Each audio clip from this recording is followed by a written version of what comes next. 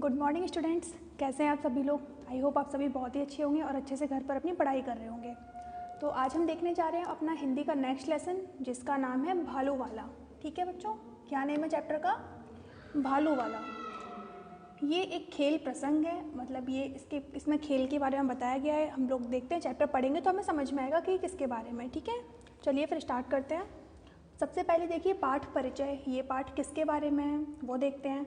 इस पाठ में भालू वाले का जीवन दिखाया गया है कि किस प्रकार वह एक भालू को अपने साथ रखकर उसका नाच दिखाकर अपनी रोजी रोटी कमाता है। अब देखिए इस चैप्टर में किसके बारे में बताया गया है? भालू के बारे में बताया गया है। भालू तो आप सभी लोग जानते होंगे, है ना। इंग्लिश में इसको बियर बोलते हैं, है ना। काफ़ी बड़ा सा होता है, मोटा मोटा सा होता है, बहुत देखने में भी बहुत क्यूट सा लगता है ना। तो इस चैप्टर में क्या बताया गया है? एक भालू वाले का जीवन बताया गया। भालू वाला मतलब क्या हुआ?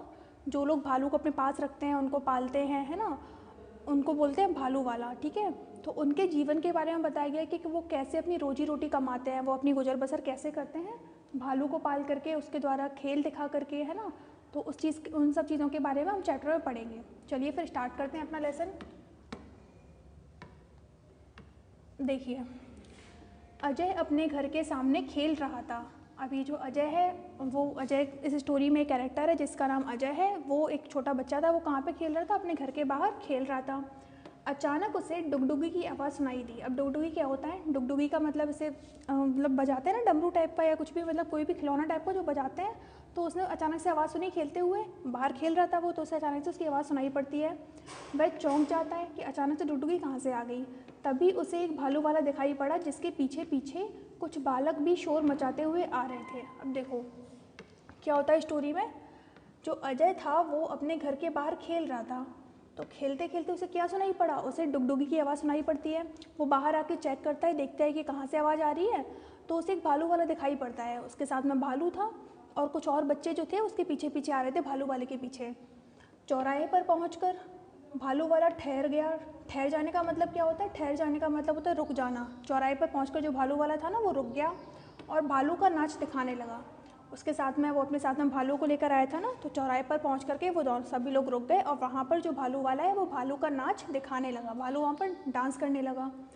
भालू अपनी पिछली टांगों पर खड़ा होकर नाचने लगा तथा सब लोग उसकी सराहना करने लगे। अब देखिए, सराहना ये भी एक नया वर्ड है। सराहना का मतलब क्या होता है? सराहना का मतलब होता है बच्चों तारीफ़ करना। ठीक है, किसी भी चीज़ की तारीफ़ करना, उसको क्या बोलते हैं? सराहना करना बोलते हैं। अब जब भालू ने अपना डांस दिखाया ना, तो सभी लोगों ने देखा उसका डांस। वो अपनी पीछे वाली जो पैर होते हैं, पीछे वाली टांगें, उन पर खड़े होकर वो डांस कर रहा था। सभी लोगों ने देखा और सभी लोग उसकी तारीफ़ करने लगे। ठीक है, आगे देखिए। जब भालू वाला डोरी को खींचता था तो भालू तेज़ी से नाचने लगता था। अब भालू के गले में देखिए, यहाँ पे भालू है, हम लोग देख पा रहे हैं, उसके गले में देखो रस्सी बंधी हुई है, ये दिख रही है। तो जब भालू वाला इस रस्सी को खींचता था ना, तो भालू और तेज़ी से डांस करने लगता था। ठीक है, उसको ट्रेन किया गया हुआ कैसे क्या करना है, तो उस हिसाब से डांस कर रहा था वो। उसके बाद देखिए, कुछ ही समय में वहाँ भीड़ एकत्र हो गई। एकत्र होने का मतलब क्या होता है? इकट्ठा हो जाना। वहाँ पे भीड़ जमा हो गई कुछ ही टाइम में भालू का डांस देखने के लिए। भालू का नाच देखकर लोग बहुत ज़्यादा खुश हो रहे थे। नाच दिखाकर भालू वाले ने ज़मीन पर चादर बिछा दी। अब देखो क्या हुआ, जब भालू ने डांस करना स्टार्ट किया तो सभी लोग वहाँ पे जो है भीड़ जमा हो गई। आसपास के जो भी लोग थे वहाँ पर आकर के खड़े हुए और सब लोग क्या देखने लगे? भालू को डांस करता हुआ देखने लगे।